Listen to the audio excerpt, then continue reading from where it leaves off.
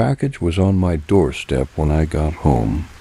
No address, no name, just a plain cardboard box sealed with black tape. I probably should have left it there, tossed it in the trash. But curiosity's funny like that. It makes you do things you know you shouldn't. So I brought it inside. "Dude, what's that?" Ryan asked, barely looking up from his phone. No idea. I grabbed a knife from the kitchen and slit the tape. The cardboard peeled back, and inside was a leather-bound book, old and worn with corners chewed up like something had been gnawing on it. Next to it, there was a set of dice, heavier than normal, their edges chipped. "Sweet. More D&D junk?" Ryan asked, finally paying attention. I pulled out the book.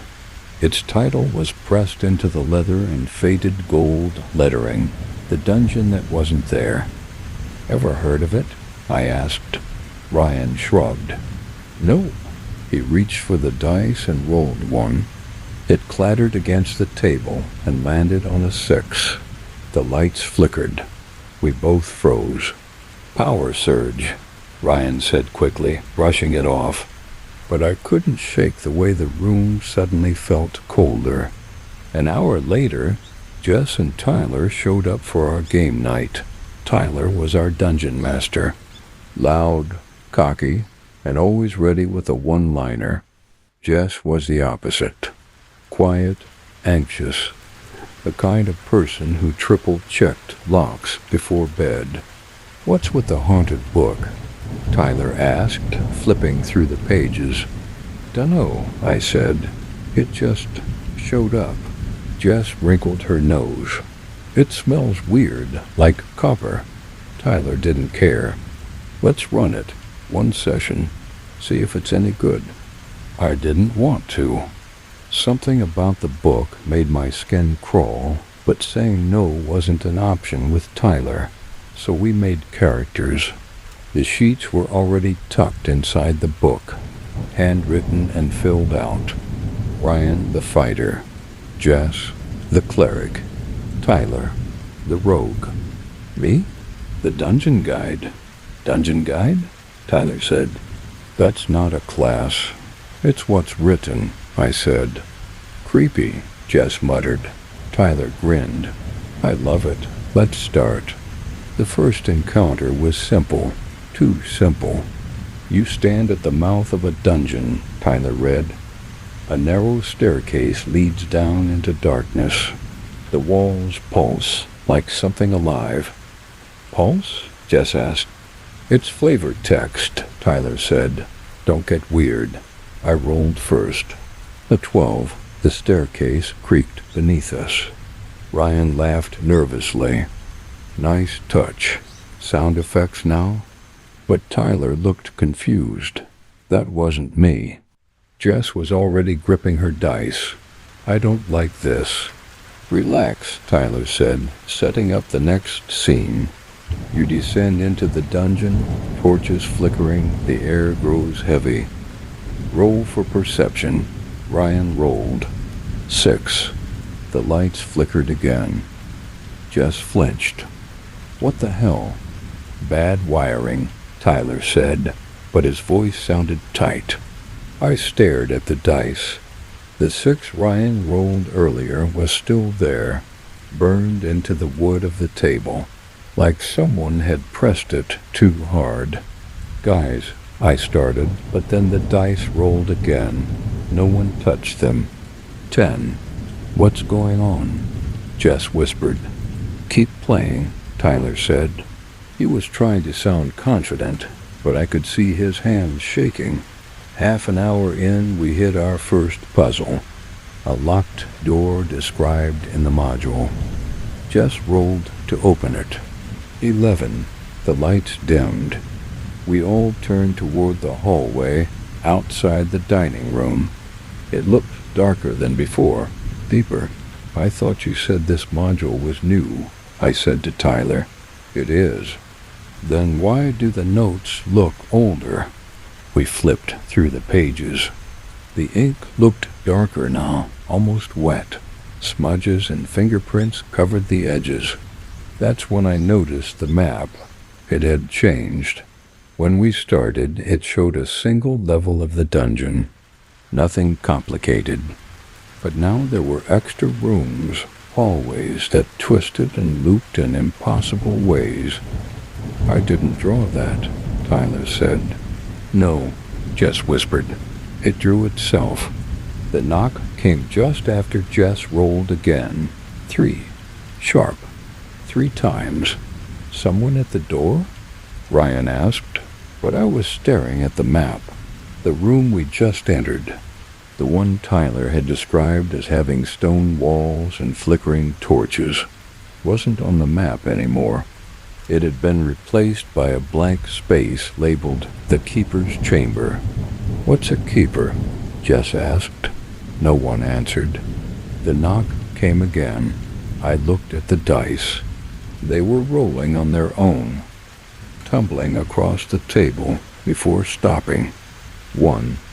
The lights went out, and somewhere in the dark I heard footsteps. The footsteps stopped. For a moment, no one moved. No one breathed. Then Ryan broke the silence. "What the hell was that?" No one answered. Jess grabbed my arm, her nails dug in. "This isn't funny. Tell me this is a prank." "It's not," I said, and the words felt heavier than I expected. The dice rolled again. None of us touched them. 7. The table creaked like something heavy was pressing down on it. "We need to stop," Jess said, standing up so fast her chair scraped against the floor. "I mean it. I'm not playing anymore." Tyler reached for her arm. "Wait, don't." But before he could finish, the map changed, right in front of us. The lines shifted, growing darker. New hallways stretched outward like veins, twisting into shapes that didn't make sense. And at the center, where the Keeper's Chamber had been, something else appeared. The door. The word made my skin crawl. "Dude," Ryan said, "did you just draw that?" "No," Tyler said, staring at the map. "I didn't touch it." Jess stepped back. "I'm leaving." She turned toward the hallway, but then stopped. We all did, because the hallway wasn't there anymore. The dining room had changed. The walls were closer, the shadows thicker. The door leading to the rest of the house was gone. "What the—" Ryan started. Jess screamed. We turned just in time to see the shadows move, fast and deliberate, and Jess was gone. No. I shouted, running to where she'd been, but there was nothing. No door, no hallway, just solid wall. "She was just here," Ryan yelled. "She's gone," Tyler said. "Like hell she is." Ryan shoved Tyler, sending him stumbling back. "This is your fault. Stop it," I snapped. "We need to think." I turned back to the book. It was open again, even though I didn't remember opening it. The words on the page had changed. "The first sacrifice has been claimed. The Keeper is watching." "Sacrifice?" Ryan said, reading over my shoulder. "What does that mean?" I flipped through the pages, searching for answers. Near the back, I found something new. A journal entry written in faded ink. We tried to stop, but it wouldn't let us. "The rules can't be broken. It needs us to finish. If you're reading this, God help you. Roll carefully." "Roll carefully?" Tyler repeated. The words blurred as I stared at them. My head felt light, like the room was spinning. I looked at the map again. There was a new symbol, a key. "It's a puzzle," I said. "We have to finish it." Ryan shook his head. "No, I'm not playing this game anymore." "We don't have a choice," Tyler snapped. The dice rolled again. 4. "Who rolled that?" Ryan demanded. No one answered. The air shifted, growing colder. The walls seemed to pulse, slow and steady, like a heartbeat. Then we heard it, a scraping sound, low and rhythmic, like claws on stone. "It's coming," Tyler whispered. I looked at the book again. The page had changed. The keeper approaches. Solve the puzzle or be taken. The map shifted again, showing a new room. A pit filled with spikes. "Roll," Tyler said. "What?" "Roll." I grabbed the die and rolled. 16. "The pit narrows," Tyler read from the book. "But it's still open." Ryan rolled next. 10. "The bridge begins to collapse." Come on," I muttered, pushing the dice toward Tyler. He rolled. 3. The lights flickered. The scraping sound grew louder. The thing was closer. I rolled again. 18. "The bridge holds." Ryan rolled. 7. "The keeper sees you." The shadows shifted again. This time we saw it.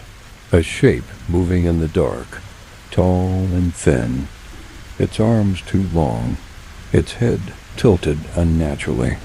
It didn't walk. It glided. "No," Ryan whispered. "No, no, no." The dice rolled on their own. 1. Ryan screamed as the shadows surged forward. "Help me!" He yelled, but there was nothing we could do. The darkness coiled around him, pulling him back toward the wall that used to be the hallway. "No!" I lunged for him, grabbing his arm, but his skin was ice cold, and his eyes weren't his anymore. "Roll," Tyler shouted. I did. 20. The shadows stopped. For a second I thought it worked, but Ryan was already gone. The room was silent. The map had changed again. All the hallways were gone, all the doors erased. There was only one thing left on the map, the keeper's chamber, and the dice sat in the middle of the table, waiting. "What now?" Tyler asked. I stared at the book, my hand shaking. "We keep playing." The dice wouldn't stop rolling. I don't know how long we sat there, frozen, watching them tumble across the table. It felt like hours, maybe longer, and then they stopped. 13. "What does it mean?" Tyler whispered. I didn't know, but the map changed again. The keeper's chamber grew larger. The hallways twisted, forming spirals that led nowhere. Symbols I didn't recognize filled the blank spaces, eyes, teeth, hands. "It's getting closer," I said. Tyler stared at the map. His face was pale, his hands trembling. "I can't do this." "Tyler, don't." But he was already on his feet, backing away from the table. "We're done," he shouted. "Do you hear me? I'm not playing anymore." The lights flickered, and then the shadows moved. The walls shuddered. Plaster cracked, splintering like dry skin. The room felt smaller, tighter, as if the house itself was folding inward. "Tyler, sit down." I yelled. "No." He bolted for what should have been the door, but the shadows surged forward, slamming it shut before he could reach it. He turned and ran toward the map, flipping through the book. Pages tore as he yanked at them, trying to rip them out. "What are you doing?" I shouted, ending it, but the dice rolled again. 1. Tyler screamed. The shadows grabbed him, sharp tendrils of black twisting around his legs and pulling him down. He clawed at the floor, at the table, at me. "Help me." I grabbed his hand, but it burned cold, like ice and ash. "Don't let go." He shouted, but I did. I couldn't hold on. The shadows dragged him under the table, and then he was gone. The map was blank now. No rooms, no hallways. Just one word scrawled across the page. Run. But there was nowhere to run. The walls pulsed, breathing in and out, and the shadows stretched toward us. Luke, Chloe whispered. I turned, and there it was. The Keeper. It stood at the edge of the room, its head tilted too far, its arms too long. Its body shifted, rippling like it was trying to hold its shape, but failing. Roll, it said. The voice wasn't loud. It didn't need to be. It sank into my bones. Chloe sobbed. No, no more, please. Roll. I grabbed the dice. They felt heavier now. Hot, like metal, pulled from a fire. My hands shook as I rolled. 18. The Keeper stepped back. Chloe rolled next. 5. The Keeper turned toward her. No. I grabbed her dice and rolled again. 20. The Keeper stopped. Its head tilted further, its face splitting like something hollow trying to smile. We're beating it, I said. We're winning. The Keeper stepped forward. Not yet. The map shifted one last time, revealing a circle. I knew what it was. It's a ritual, I said. What does that mean? Chloe sobbed. I didn't answer. I didn't need to. I grabbed the book and flipped through the pages. The final note was written in red ink, smeared and panicked. One must stay. One must guide. The game never ends. I looked at Chloe. No, she said, shaking her head. I couldn't look away. It's the only way, I whispered. She backed up. No, you can't. Chloe, if we don't, it'll never let us leave. She turned and ran. The Keeper lunged. I screamed and rolled the dice. 19. The shadows froze, but it wasn't enough. Chloe tripped, and the Keeper was already there. Its arms wrapped around her, dragging her back into the dark. Luke, she screamed. I ran to her. I tried, but the shadows closed around her, and then she was gone. The room was empty. The map was blank. The dice were still on the table, but I couldn't touch them. I couldn't even look at them. I stood there for what felt like hours, waiting for something to happen, but nothing did. Then I heard it. 3 knocks, slow, deliberate, and a voice whispered, "Your turn." The knocks came again, 3 sharp raps. I didn't move. I couldn't. My eyes were locked on the dice, still sitting in the middle of the table. Your turn. The Keeper's voice oozed from the shadows, low and deliberate. It wasn't a sound. It was a weight pressing against my skull, against my thoughts. I picked up the die. My hands shook. Roll, it said. I didn't want to, but I did. 12. The room shifted. The walls stretched, pulling back like rubber, and the shadows rippled outward. The map on the table changed again, showing a spiral staircase leading deeper into the dungeon. Keep going, the voice said. I stepped toward the table. My feet felt heavy, like the floor was trying to swallow me whole. Luke, Chloe's voice echoed in my head. I shook it off. She was gone. I couldn't save her now. I grabbed the book, flipping to the next page. The words were smeared, but I could still read them. The Keeper feeds. One must remain. I didn't understand. One must remain.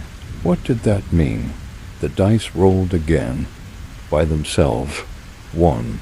The Keeper laughed.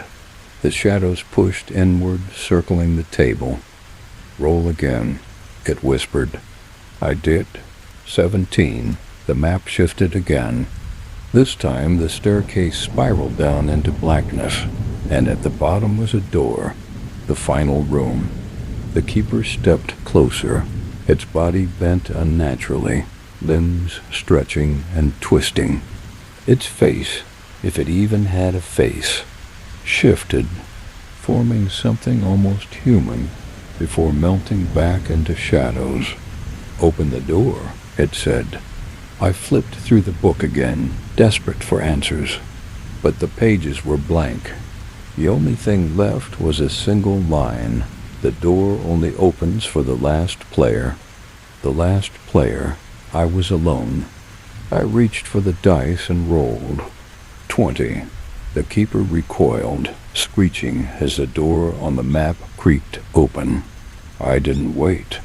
I grabbed the dice, shoved the book under my arm, and ran, straight into the shadows. The shadows swallowed me whole. I couldn't see, couldn't breathe. The air was thick, pressing against my chest like hands. Then the floor shifted beneath me. Stone. I blinked, and suddenly I was there, inside the dungeon. Not the house, not the dining room, the real dungeon. The walls pulsed, wet and alive, and the ceiling stretched upward into darkness. The staircase ended behind me, sealing shut with a low rumble, and in front of me the door. It was massive, carved from stone and covered in symbols that glowed faintly. The keeper was behind me. "Finish it," it said. I turned. It was closer now, its face twisted into something almost recognizable, almost human, but wrong. Its hands were outstretched. "Roll." I picked up the dice. They burned in my hand. The edges cut into my skin, and I felt something crawl beneath the surface, like the dice were alive. I rolled 19. The door groaned and began to open. The keeper shrieked, recoiling, as light poured through the crack. I ran. The light was blinding. It swallowed everything, burning away the shadows. And then silence. I blinked, my vision adjusting. I was back in the dining room. The table was gone. The map was gone. But the dice were still there. And so was the book. The last page was different now. "Congratulations, Dungeon Guide, your story is not over." I dropped the book and stepped back. The lights flickered. And then I heard it. The knock, 3 sharp raps. "Your turn." I didn't roll. Not this time. I stood there, staring at the dice, my heart slamming against my ribs. The knock came again. 3 sharp raps, louder this time, rattling the walls. "Your turn." The voice was inside my head now. Close, too close. I backed away from the table, but the dice followed, rolling by themselves, bouncing across the wood until they stopped. 1. The air changed. It felt heavier, like the room was shrinking around me. My vision blurred, and for a second I thought I saw it. The keeper's face pressed against the window, hollow and shifting. I grabbed the book and threw it across the room. It hit the wall and fell open, the pages fluttering before settling on the last one. A player has left the game. The dungeon guide remains. "No," I whispered. I ran. The house felt wrong as I stumbled through it. Too big, too empty. The windows looked out onto nothing. Not darkness, not light, just emptiness. I opened the front door and stepped outside. The sky was gray, heavy, and low, and the street stretched too far in both directions. No houses, no trees, just endless pavement. I turned back to the house.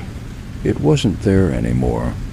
There was only the table, the dice, and the book, sitting in the middle of the road. And the knocks? Closer now. I ran. I don't know how long I ran. The road never changed.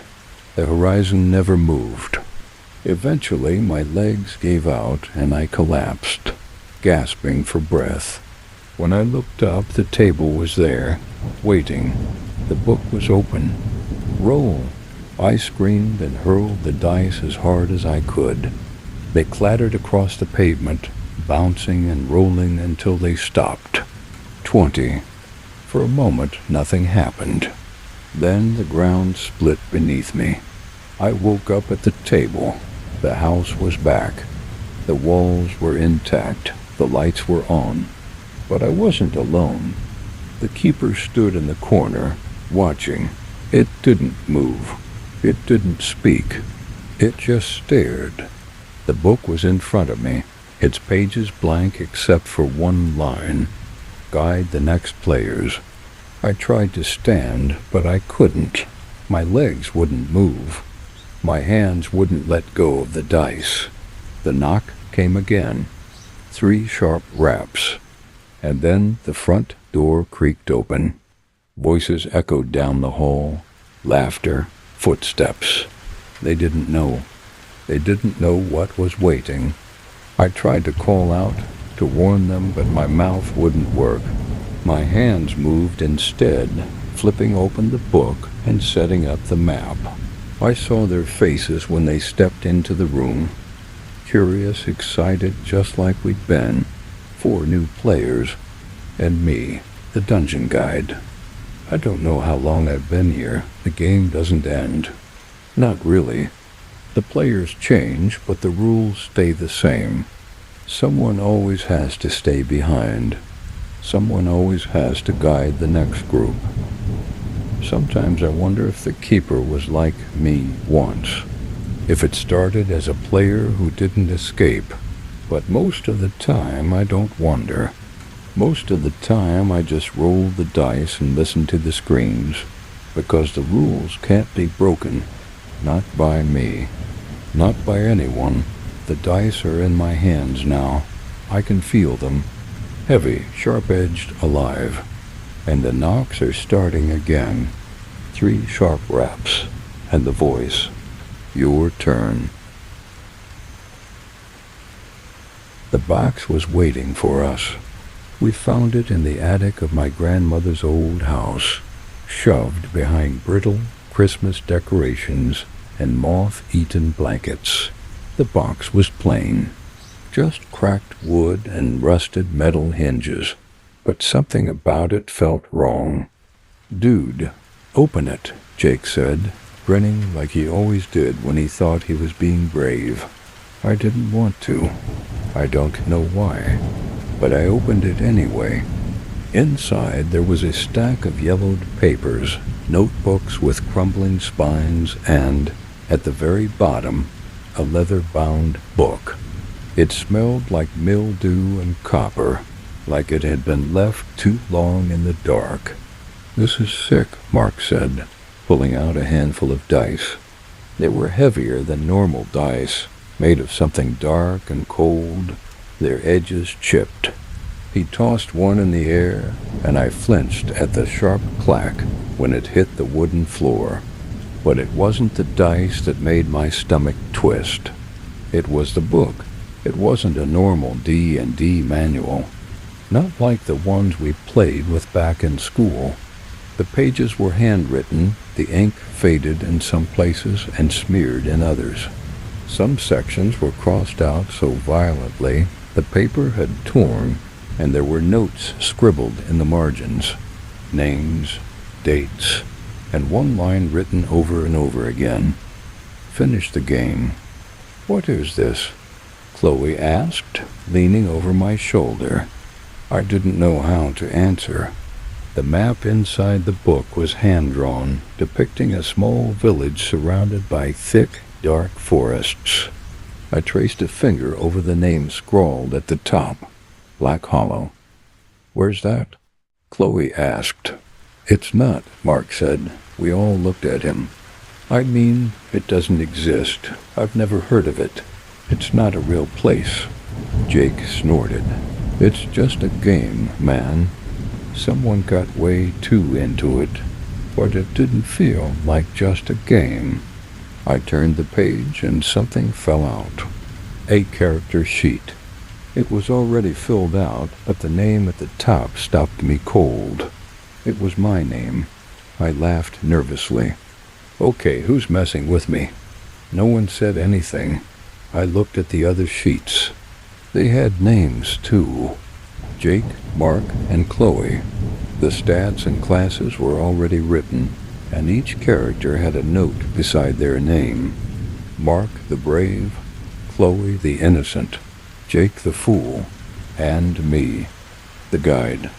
This isn't funny, Chloe said, pushing away from the table. Who did this? No one answered. Jake grinned, but it didn't reach his eyes. Guys, come on. It's just a coincidence. Let's play around, see how far we get. Then we can go back to Netflix and forget about it. Chloe shook her head, but Mark was already setting up the dice. I almost stopped them, but something about the way the pages felt under my fingers, smooth but wrong, like they'd been handled too much, made me hesitate. I opened to the first page. You stand at the edge of the forest, it read. The path ahead is choked with vines and shadows, but the clearing beckons you forward. Roll for perception. Mark picked up a die and rolled. It clattered against the wood. 15. Looks like we're going in, Jake said. The wind outside picked up. I don't know why I noticed it, but it felt like it pressed against the windows, rattling the glass. Wait, Chloe said. Do you guys hear that? We stopped. The attic creaked just above us. It's the wind, Jake said. But then it creaked again. A steady, rhythmic sound, like footsteps. Someone's up there, Mark whispered. Jake laughed nervously, but it died in his throat when the footsteps stopped, right above us. And then we heard it. A knock, 3 sharp knocks like knuckles against wood. We all jumped, and Mark knocked over the dice. They scattered across the table, clattering like bones. I'm done, Chloe said, standing up. I'm not doing this. But the knocks came again, and this time the light bulb overhead flickered and died. We froze, and then from the attic above us we heard it, the sound of dice rolling. No one said anything for a long time. We just sat there, frozen, listening. The sound of dice rolling above us didn't stop. It went on, slow and deliberate. Like whoever was up there wanted us to know they weren't in any hurry. Jake finally broke the silence. This is stupid. It's a prank. Someone's messing with us. But his voice was too tight, and no one argued. Let's go, Chloe said, already reaching for her bag. The light flickered back on. We jumped. But that wasn't what made my stomach drop. It was the dice. They'd landed in the middle of the table, perfectly arranged. 4 dice, 4 numbers. Mark pointed. Those weren't there before. The numbers stared up at us. 1, 2, 3, 4. Guys, we should leave, Chloe said, louder this time. Wait, I grabbed her arm. No one else is here, right? Are you serious? She snapped. But I wasn't sure anymore. The attic creaked again. I couldn't stop myself. I reached for the leather-bound book, flipping the pages faster than before. The ink seemed darker now, fresher, like it had been written yesterday instead of years ago. Then I saw it. A journal entry scribbled in the margins between campaign notes. I tried to stop. I swear I did, but it won't let me. It needs players. It needs us to finish it. What the hell is this? Jake asked, reading over my shoulder. I don't know, I whispered. Mark leaned closer. Look at this part. Below the note, someone had drawn a rough sketch. A circle. A ring of dice surrounding 4 small figures. Stick figures, nothing detailed, but something about them made my skin crawl. They were posed like they were praying or bowing. "It's just art," Jake said, but his voice cracked. "Then why are there 4 figures?" Chloe snapped. No one answered. We should have left then, but we didn't.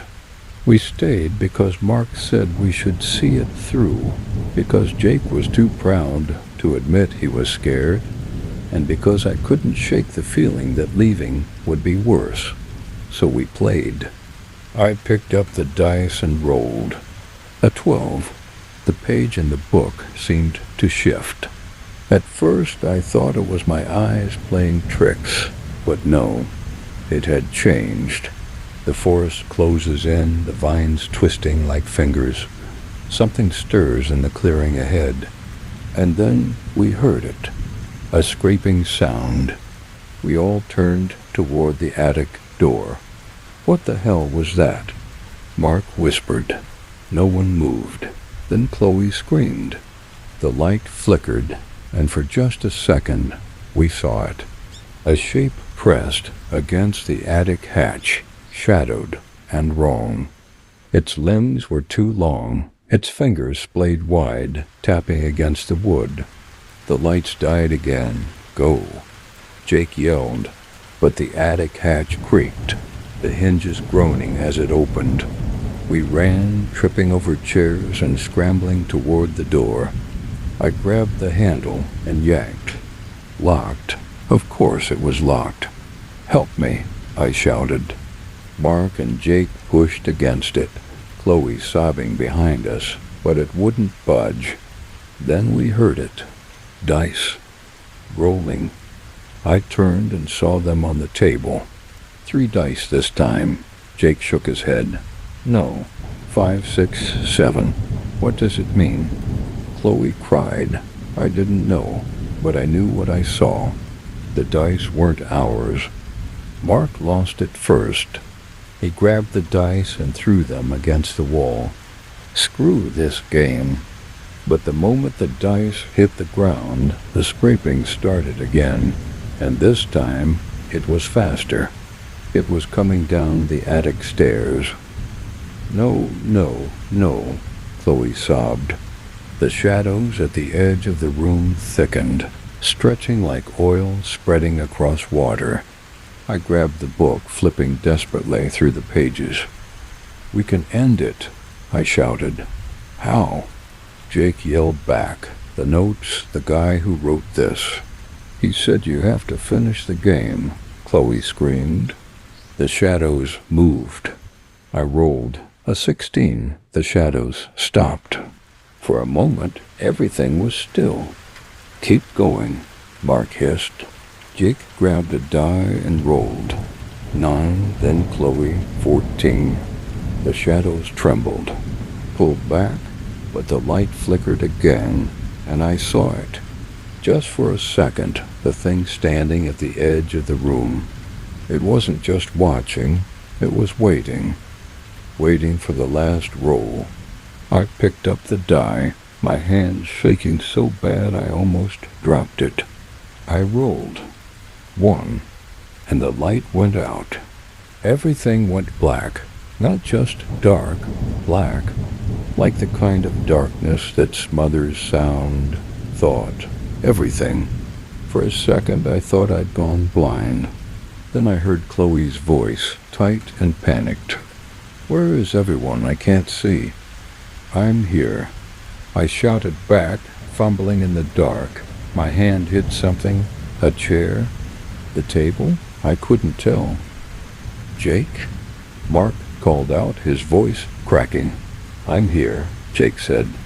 "I think I'm here." The words didn't make sense, but in that moment, nothing did. Then the scraping started again. Slow at first, deliberate, like claws dragging across the walls, circling us. "Where's the light?" Chloe cried. No one answered. I fumbled in my pocket for my phone. The screen lit up, and the pale glow cut through the black just enough to show us what we were up against. The dice. They were rolling again. No one was touching them. They tumbled across the table, slow and deliberate, before stopping. 6, 6, 6. Is this some kind of joke? Jake said, his voice trembling. Does this feel like a joke to you? I snapped. The scraping stopped. Then came the knock. 3 loud, deliberate raps from the attic stairs, and then it spoke. Roll again. The voice wasn't human. It was low and guttural, like the sound of rocks grinding together, and it came from everywhere at once. No, Chloe screamed. The voice laughed. It wasn't a normal laugh. It was hollow, mocking, like it was enjoying our fear. The table rattled. The book slammed shut on its own, and the dice flew back to the center of the table, waiting. We have to play, I said, my voice shaking. No, Chloe said. We're done. I'm done. You think it'll let us leave? Mark said, his voice tight. It won't. You saw what it did. We're stuck. I wanted to tell him he was wrong, but I knew he wasn't. I picked up the die. Don't, Jake said, grabbing my arm. I shook him off and rolled. 17. The light flickered. For just a moment the shadows pulled back, and we saw it. The thing. It stood at the edge of the room, just beyond the table. Its limbs were too long, bending in ways they shouldn't. Its face wasn't a face. It was just wrong, shifting, changing, like it was trying to be human, but didn't know how. Chloe screamed. Mark cursed. It didn't move. It just stood there, staring, waiting. What does it want? Jake whispered. The game, I said. The thing tilted its head, and the dice rolled again. 8. Mark grabbed the dice next. His hands were shaking so bad I thought he'd drop them, but he didn't. He rolled. 13. The thing twitched. Its limbs spasmed, and it took a step back, retreating into the shadows. It's working, Mark said, his voice rising with hope. We're beating it. Then Chloe screamed again. I turned and saw why. Jake wasn't there anymore. His chair was empty, tipped over on its side. His dice were still rolling. 1. No. I shouted, but it was too late. The thing lunged forward, faster than anything should move. It hit the table, scattering the dice and knocking over the book. I grabbed Chloe and pulled her back, but Mark wasn't fast enough. The shadows grabbed him, twisting around his legs and dragging him toward the thing. Help me, he screamed. I grabbed his arm, holding on with everything I had, but it didn't matter. The shadows pulled harder, and his hand slipped through mine, and then he was gone. The room was silent. The dice sat in the middle of the table, untouched. The book was open again, its pages fluttering as if blown by a wind we couldn't feel. It's just us now, Chloe whispered. I didn't answer. The dice rolled again, this time without any of us touching them. They stopped. 20. The thing stepped back. Its limbs twitched and its head tilted, as if it were waiting. We have to finish, I said, the words like ash in my mouth. Chloe shook her head. I can't do this anymore. You have to. Her eyes filled with tears. What if I roll a 1? The thing laughed again, a sound that made my stomach churn. You won't, I said. You can't. She didn't believe me. I didn't believe me, but she picked up the die anyway. She rolled. 18. The room shifted. The air felt lighter, and for a moment I thought it was over. Then the dice rolled again. 1. The thing lunged. The thing lunged. Chloe screamed. I grabbed her, pulling her out of its reach, but its shadow stretched unnaturally, clawing toward us even as we stumbled back. Roll again, I shouted. Chloe's hand shook so badly she almost dropped the die. She rolled 15, and the thing froze, its limbs spasming. It worked, she gasped, but I knew better. The thing wasn't retreating. It was changing. Its limbs snapped and bent, reforming as it pulled itself upright. Its shape became almost human. Almost. And then it spoke. Finish the game. The voice didn't echo this time. It came from the thing's mouth, sharp and deliberate. Chloe started sobbing. I can't do this. I can't. The table shook, and the dice rolled again, on their own. 2. Chloe collapsed to her knees, her head in her hands. No, she whispered. I reached for her, but the shadows moved faster. They wrapped around her wrists, dragging her toward the table. Chloe. I grabbed her shoulders and pulled, but her body felt heavier, like the shadows themselves were weighing her down. Finish the game, the thing said again, stepping closer. I looked at the book. The pages were turning on their own, stopping near the end. The final page was blank, except for one line. Roll for your life. Chloe looked up at me, tears streaming down her face. I don't want to die. You won't, I said. You won't. I didn't know if it was true. She picked up the die. It felt like the entire room was holding its breath. She rolled. 19. The shadows recoiled. The thing screamed.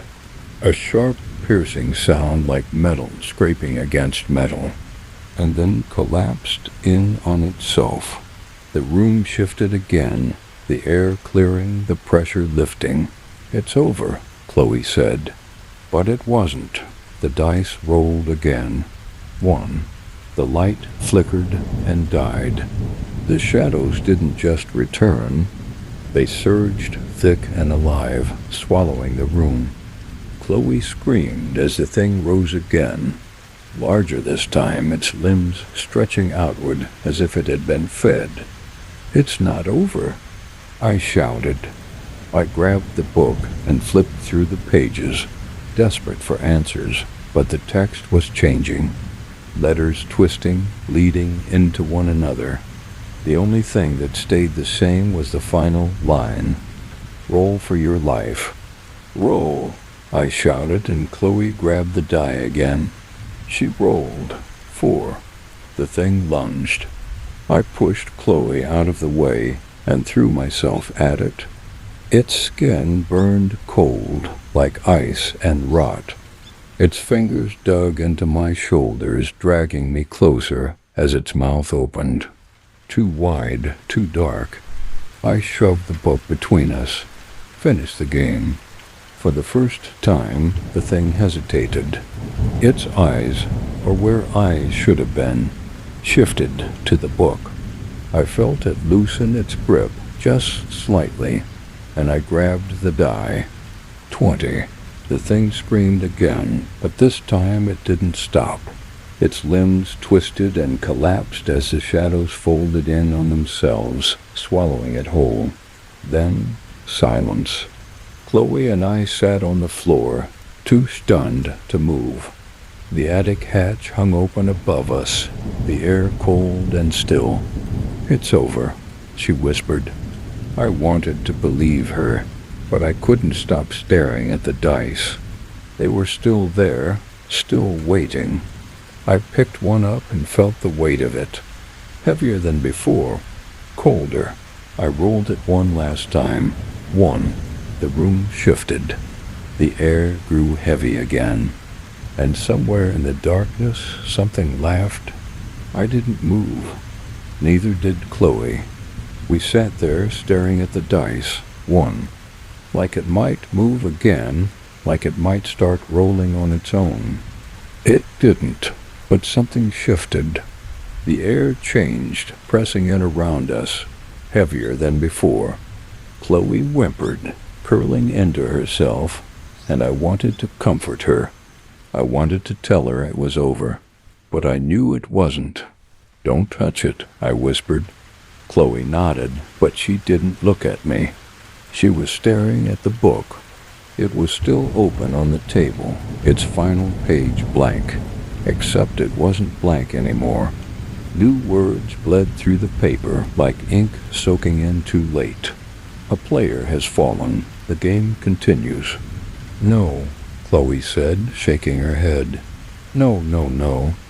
I grabbed the book and slammed it shut, but the words didn't go away. They burned behind my eyes, seared into my thoughts. "We have to leave," I said. Chloe didn't argue.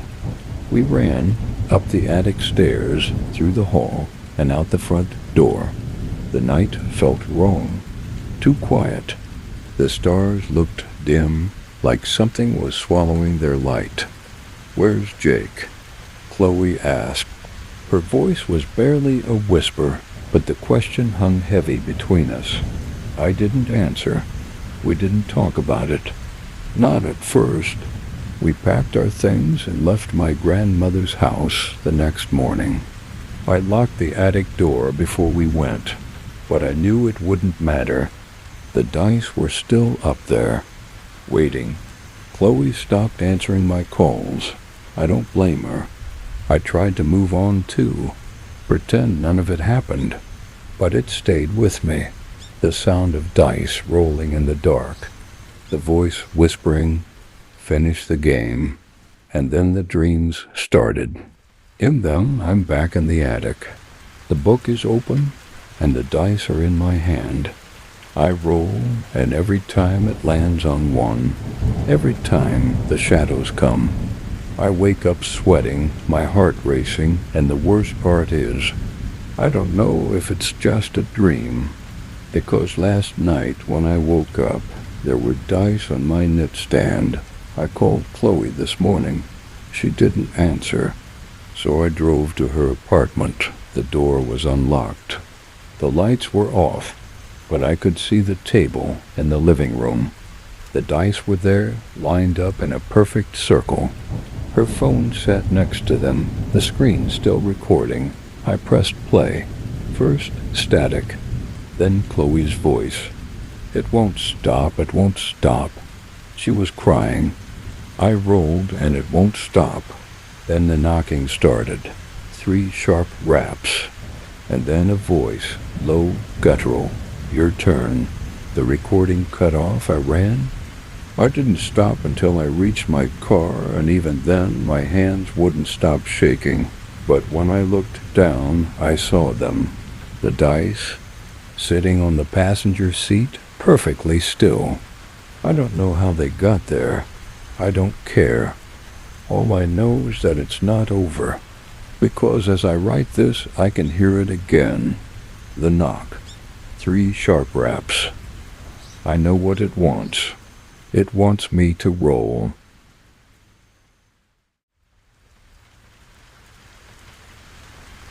Nobody believed me when I said the knock came from inside the house.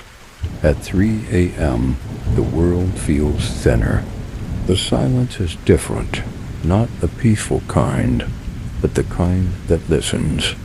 It presses in, testing you, waiting for something to crack. That night, it was just the 4 of us. 4 friends gathered around a battered old table in my parents' basement, the glow of a desk lamp our only shield against the dark. The place smelled faintly of mildew and wood polish, the way basements always do, but it felt colder than it should have been. Too cold for June. Nate sat at the head of the table, his dungeon master's screen propped up like a fortress. His eyes gleamed as he described the scene. "You stand at the edge of the abyss," he said, his voice deliberate and low. The cavern stretches endlessly, its walls slit with black ichor, and from the void you hear it, footsteps coming closer. No one spoke. The air seemed to thicken, and I hated how aware I was of my own breathing. Too loud, too shallow. Chloe clutched her dice bag, her knuckles white. Sam leaned back, arms crossed like he was too cool to care, but his foot bounced nervously against the leg of the table. I tried to break the tension. Great, another boss fight. My voice came out wrong, too flat, too forced, and I knew everyone noticed. Nate just grinned and slid a die across the table toward me. Roll for perception. I rolled. A 1. Perfect. Nate's grin widened. You hear the footsteps, closer now, but it's not behind you. It's right above you. The ceiling creaked. It wasn't loud, just a soft groan, but we all froze. Pipes, Sam said, too quickly. Old house. It's nothing, but even he didn't believe it. I glanced at Chloe.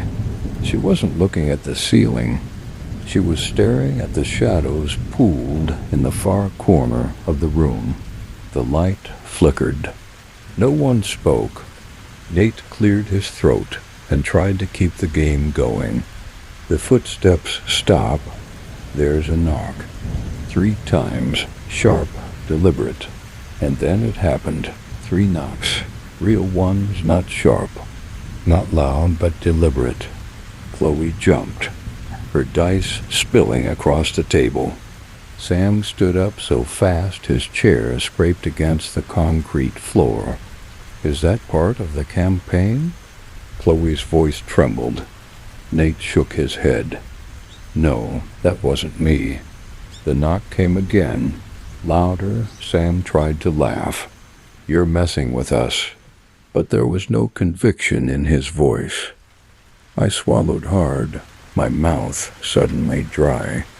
It wasn't coming from the walls or the ceiling.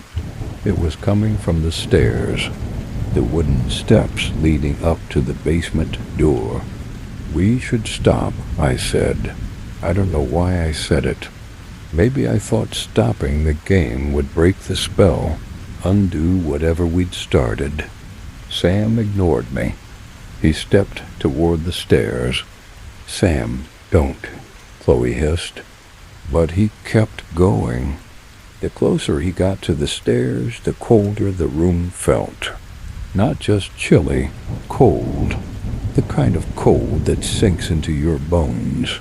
I could see his breath now, faint puffs of white in the dim light. Hello? He called. No answer. The light flickered again. Once, twice, and then went out. Chloe screamed. Dice hit the floor, rolling unseen into the dark. I heard Sam curse, heard the shuffle of feet, but my eyes were locked on the basement door. There was something there, a shape, a shadow darker than the rest. Sam, get back here, I choked out, but Sam didn't move. And then we heard it.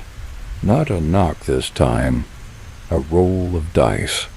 The sound of plastic clicking against wood, slow and deliberate. The room felt wrong, stretched. The darkness crept closer, thick as tar. I couldn't see the others anymore, just the faint outline of the table, and that horrible, endless sound. Click, click. Something was rolling dice. And it wasn't us. We didn't move. No one dared. The only sound was the slow, deliberate click of dice rolling somewhere in the darkness. I tried to tell myself it was Nate messing with us, but his breathing, quick and shallow, was loud enough to kill that thought. Then Sam whispered, "Who's there?" His voice was small. He didn't sound like himself, not the Sam who laughed at horror movies and always walked ahead during haunted house tours. He sounded like a kid again, like the rest of us felt. The dice stopped rolling. Silence. And then, your turn. The voice wasn't loud, but it wasn't a whisper either. It sounded close, too close, like someone speaking directly into my ear. It had weight, like words that lingered even after the sound was gone. I flinched and looked around, but I couldn't see anyone. The light wouldn't come back on. I fumbled in my pocket for my phone, its weak glow barely pushing back the dark. "Sam, get back here," I hissed. My voice cracked. But he didn't move. He just stood there at the bottom of the stairs, staring at the door like he was waiting for it to open. "Sam," Chloe whimpered, and then the door creaked. I didn't see it move. I felt it. That subtle shift in the air, like something was letting itself in. The light on my phone flickered and died. Something shifted behind Sam. I heard it before I saw it. A scraping sound like nails dragging against wood. "Run!" I shouted. Sam turned just as the noise surged toward him, something fast and heavy. He stumbled, and the basement exploded into chaos. Feet pounding, chairs scraping, Chloe screaming. I grabbed her arm and pulled her toward the corner of the room. Nate was already there, clutching his dungeon master's screen like it could protect him. But Sam didn't make it back. The noise stopped, and when we looked, he was gone. His phone lay at the bottom of the stairs, the screen still recording. I picked it up with shaking hands. It was still recording. "Stop it," Chloe sobbed. But I didn't. I couldn't. I pressed play. The audio hissed with static for a moment, and then we heard it. Sam's footsteps, his shaky breathing, and that voice again. "Your turn," it said, and then dice rolling. Sam's breathing quickened. "Who's there?" The voice didn't answer. Instead, we heard a low, wet sound, like something heavy dragging itself across the floor. Sam gasped, and then he screamed. The recording cut off. Nate snatched the phone from my hand and threw it across the room. Nope, this isn't happening. "We need to leave," Chloe said, but I couldn't move. My legs felt like lead. "We can't just leave him," I said louder than I meant to. Nate turned on me, his face pale and angry. "He's gone, man. You saw it, whatever this is. It's not a game anymore." But that was the problem. It was a game. I looked at the table, the dice still scattered across it, the dungeon master's screen knocked over. The character sheets were gone, all of them. "Where's the campaign book?" I asked. Nate blinked at me. "What?" "The book," I said, louder now. "The campaign. Where is it?" He looked around, then back at me. I don't know. It was right here." "It's still here," Chloe whispered. She was staring at the table, at something none of us noticed before. A single 20-sided die sitting in the middle. It wasn't one of ours. It was older, heavier, its edges chipped like it had been used for years. But what made my stomach drop was the number facing up, a 1. "No," Nate muttered. "No way." "We have to finish it," I said. "What?" Nate snapped. I didn't know where the thought came from, but it felt right, like the words weren't mine, like they'd been put in my mouth. "We started it. We have to finish it." Nate's face twisted in disbelief, but Chloe was already reaching for the dice. "No." I shouted, but it was too late.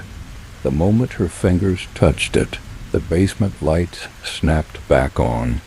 And there he was.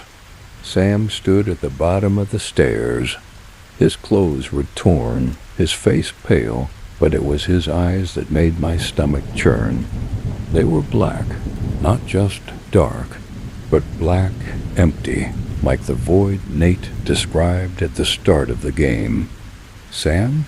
Chloe whispered. His lips curled into a smile. "Your turn," he said. Sam smiled, but it wasn't his smile.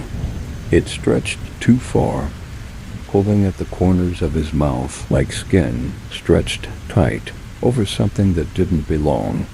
The basement light buzzed above him, casting jagged shadows across his face.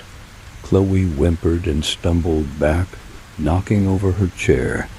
Nate froze, his hand halfway to his backpack, like grabbing his stuff would somehow protect him. I took a step forward. Sam, his head tilted. Not a normal tilt. A slow, mechanical shift, like a puppet adjusting its strings. "It's your turn," he said again. The words scraped the air, too sharp and deliberate. My stomach twisted. The way he said it, like it wasn't just a sentence, but a rule. Something we couldn't break. "Sam, stop messing around," Nate snapped. "You're scaring everyone." Sam didn't move, didn't blink. And then he stepped forward. One step, then another. His footfalls echoed too loudly, like he weighed more than he should. "Back off, man," Nate said, but his voice cracked. I couldn't breathe. I couldn't even move. All I could do was stare at Sam's eyes, those black, empty pits, and feel the weight of them pressing down on me. "Roll," he said. "What?" "Roll." Chloe sobbed. No, we're done. We're not playing anymore." But Sam's head snapped toward her, so fast we all flinched. "Roll." The light above us flickered. The air pressed down, heavier than before, like the whole basement was shrinking. I fumbled for the dice on the table, my fingers trembling. Fine, I'll roll." The 20-sided die tumbled across the wood. Its click, click, loud in the silence. It landed on a 10. Sam blinked. For the first time since he came back, something in his posture softened. He stepped back. For a second I thought it was over, that we'd somehow passed whatever test this was. Then the light went out again. I heard Chloe scream. Nate shouted something, but I couldn't make out the words. Hands grabbed me. I don't know whose. And then let go. In the dark, something moved. It wasn't footsteps this time. It was crawling, close, fast. I stumbled backward, hitting the table. The dice rolled again, this time without anyone touching them.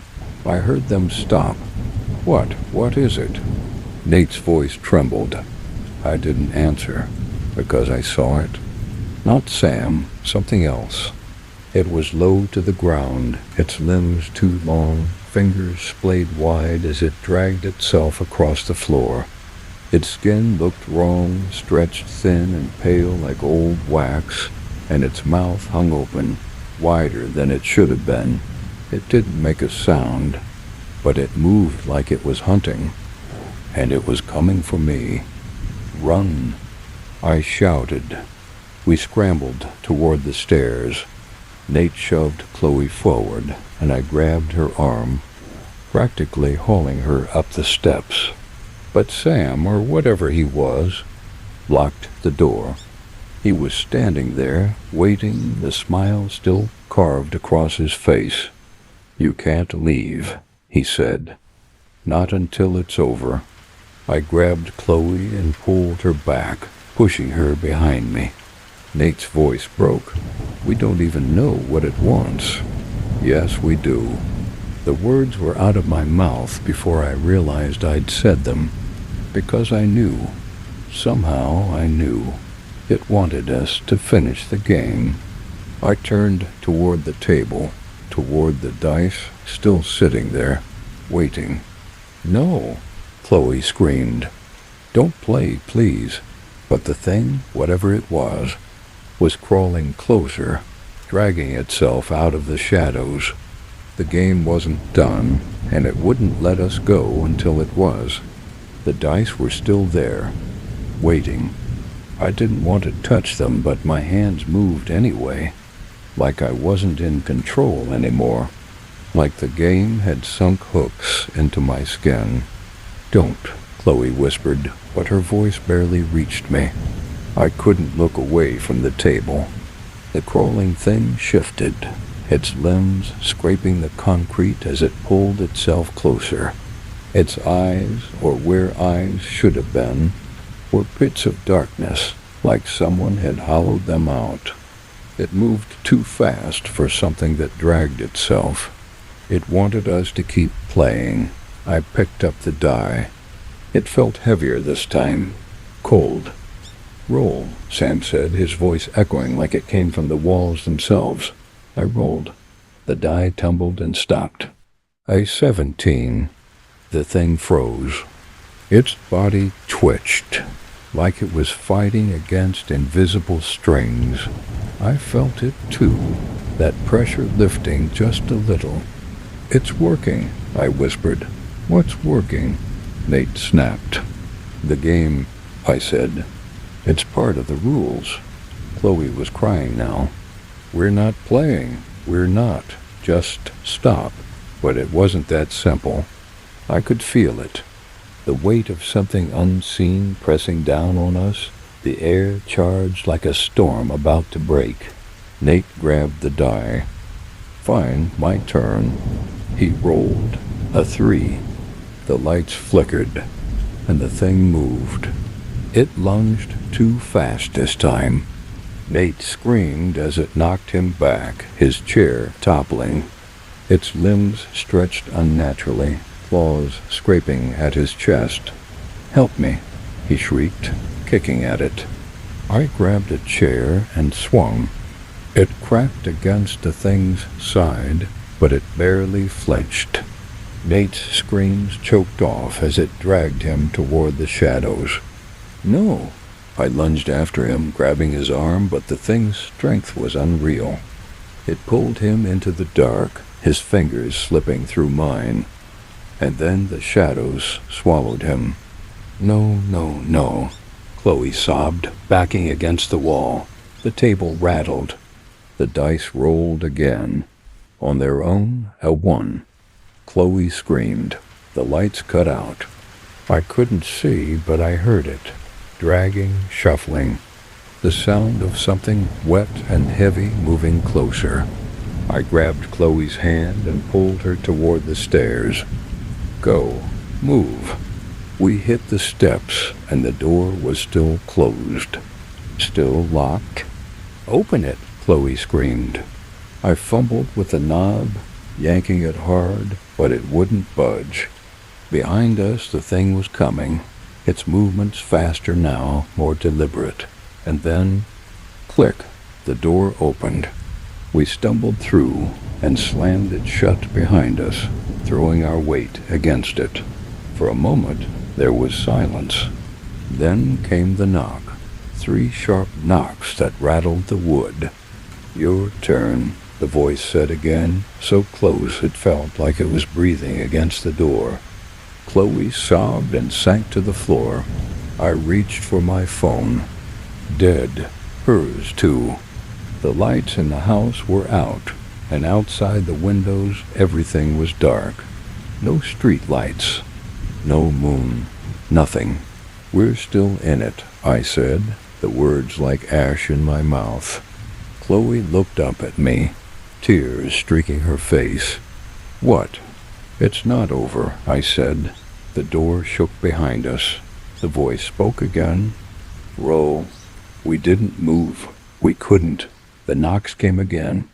3 sharp raps, too deliberate, too steady. Chloe clutched my arm so tight it hurt, but I didn't shake her off. I couldn't. My own hands were trembling too much to pry her loose. "Your turn." the voice whispered. It was closer this time, not behind the door, not outside, inside. Don't, Chloe begged.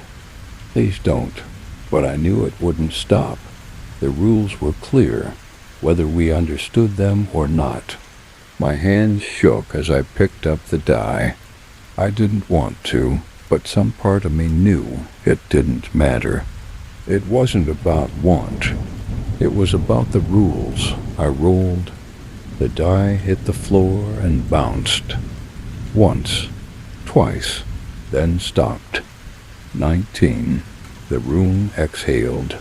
The air lightened just a fraction, and I thought, maybe, just maybe, that was it. Then the knock came again, and I realized the truth. It wasn't waiting for me. It was waiting for Chloe. No, I said. No, it's over. We're done. But Chloe was already crying, shaking her head. She knew. I can't, she sobbed. I can't do it. She grabbed the die, her hands trembling. I wanted to stop her. I should have stopped her.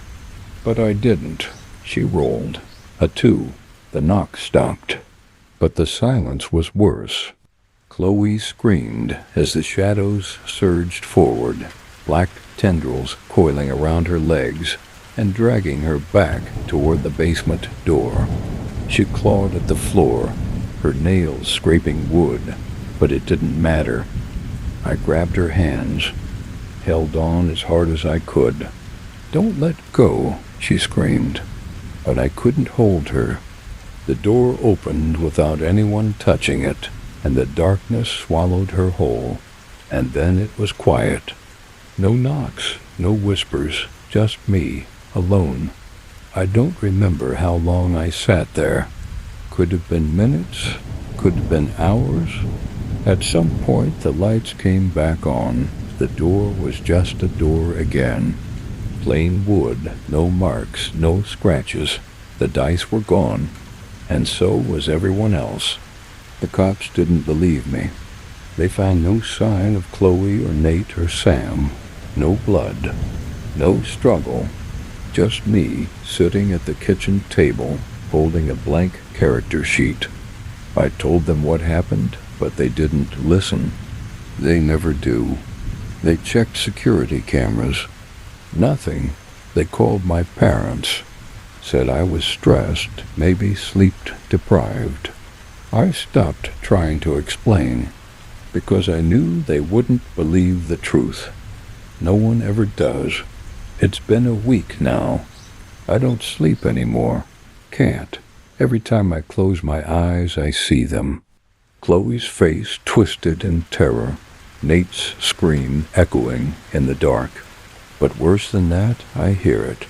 The dice, click, click, click, rolling in the dark, just out of sight. And I know it's not over, because last night I woke up to a knock. 3 knocks, sharp, deliberate, and a voice whispered from the shadows, "Your turn."